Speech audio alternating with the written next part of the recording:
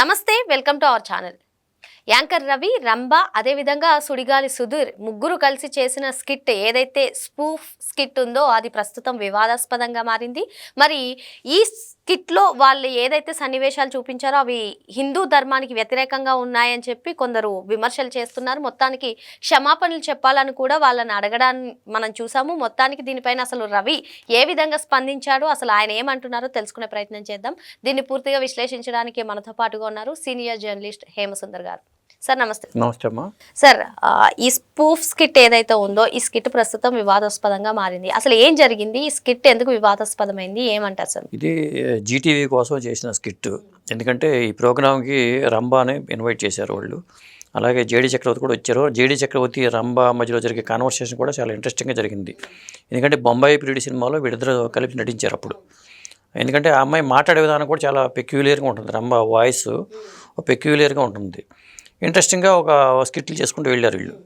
అయితే ఇక్కడ ఏమైందంటే బావగారు బావనారాలో చిరంజీవి గారు చేసిన స్కిట్ ఒకటి ఆ తరహాలో ఇందులో స్కిట్ చేశారు.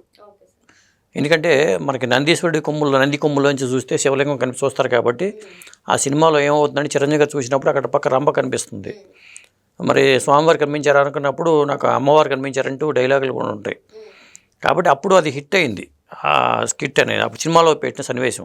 ఇప్పుడు స్పూఫ్ అని పేరు చేసేది ఏంటంటే రీక్రియేట్ చేయటమే, అదే సన్నివేశం రీక్రియేట్ చేస్తారు. ఇక్కడ అలా నా ప్రోగ్రామ్ చేశారు సుడిగాలి సుధీర్, యాంకర్ రవి. ఇలా చేసినప్పుడు అలాగే మాట్లాడినప్పుడు మీరు హిందువా కాదా అంటూ వాళ్ళు ప్రశ్నించారు. కేశవరెడ్డి అని అతను రాష్ట్రీయ వానర్ సేన అంట, మీరు ఎందుకు ఇలాంటి చేశారు, హిందూ ధర్మానికి వ్యతిరేకం కదా అంటూ వాళ్ళు ప్రశ్నించారు.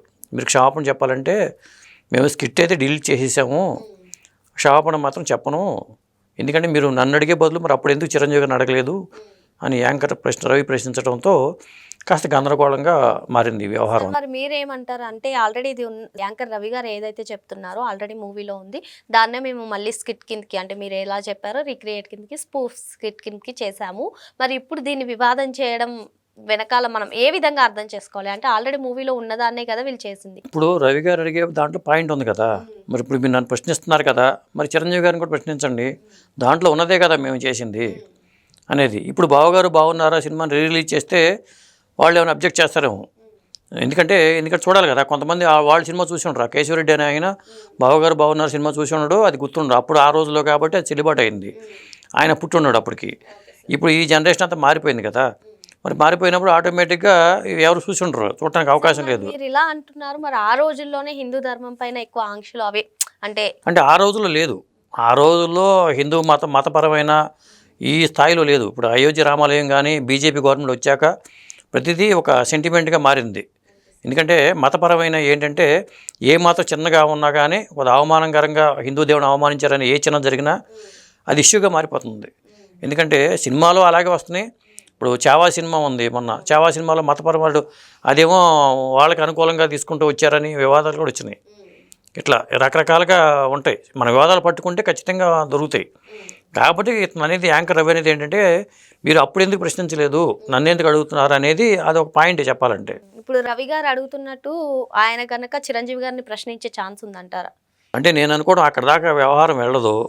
ఎందుకంటే ఇప్పుడు ఇదేంటంటే స్కిట్ డిలీట్ చేశాను అంటున్నాడు, క్షమాపణ చెప్పను అంటున్నాడు. ఇప్పుడు మీరు హిందువా కాదా ఎందుకు చెప్పరంటే నేను హిందువుని కాదు ఇండియన్ అని చెప్పాడు. ఎందుకంటే అతను తగ్గట్లా ఎక్కడ స్కిట్ అయితే మేము డిలీట్ చేసాం, మీకు మతపరంగా హిందూ మతపరంగా ఇబ్బంది కలిగేస్తుంది అనుకుంటే స్కిట్ డిలీట్ చేసాం, కానీ మేము ఎందుకు చేస్తాం, సినిమాలో ఉన్నదే కదా మేము చేసింది, మేము కొత్తగా చేసింది ఏమీ లేదు కదా అనేది రవి వాదన. మరి దీన్ని మరి ఇంకెక్కడి దాకా వెళుతుంది, ఎందుకంటే ప్రతి వివాదం కూడా ఎక్కడో ఒక పుష్ట పడాల్సిందే, లేకపోతే ఇది ఒక్కొక్కటి లాక్కుంటూ వెళ్ళిపోతే చాలా సినిమాల్లో ఇలాంటివి ఉంటాయి, ఒక సినిమాలోనే కాదు చాలా సినిమాలు ఉంటాయి. అందుకనే ఏదైనా సినిమా చేయాలనుకున్నప్పుడు హిందూ దేవుళ్ళ ప్రకారం దేవుళ్ళని పెట్టుకు సినిమాలు చేసేటప్పుడు ఇంకా జాగ్రత్త చేయాల్సి వస్తుంది. అది ముస్లిం ప్రకారం చేసినా క్రిస్టియన్స్ ప్రకారం చేసినా హిందూ దేవుళ్ళని పెట్టి చేసినా కానీ ఒళ్ళు దగ్గర ఉంచుకోకుండా ఏది పెడితే చేస్తే మాత్రం ఏదో ఎవరో ఒకరి వివాదం తీయటం, ఆ సినిమా మళ్ళీ ఆగిపోవడం ఇలాంటి జరుగుతూ ఉంటున్నాయి. ఇప్పుడున్న పరిస్థితుల్లో గొడవ రచ్చరచ్చ జరుగుతుంది, కోర్టుకి వెళ్ళడం కూడా జరుగుతుంది, కోర్టు స్టేలు ఇవ్వడం ఇవన్నీ చూస్తున్నాం మనం. కాబట్టి ఏదైనా యాంకర్ రవి వాళ్ళు ఒకవేళ అబ్జెక్షన్ అనుకున్నప్పుడు ఆ స్కిట్ డిలీట్ చేసే ఉన్నప్పుడు అదే చెప్తున్నాడు రవి కూడా. ఇక వాళ్ళు ఇక్కడితో వదులుతారా, మళ్ళీ రవిని నిలదీస్తారా, లేకపోతే చిరంజీవి గారిని అడుగుతారా అనేది ఇక సెకండరీ. Okay sir. మరి మొత్తానికి ఈ ఇష్యూ అనేది ఇక్కడతో ఫుల్ స్టాప్ పడుతుందా మరి లేదంటే మళ్ళీ ఇంకా కొనసాగుతుందా వేచి చూడాలి. Thank you sir. Thank you అమ్మా.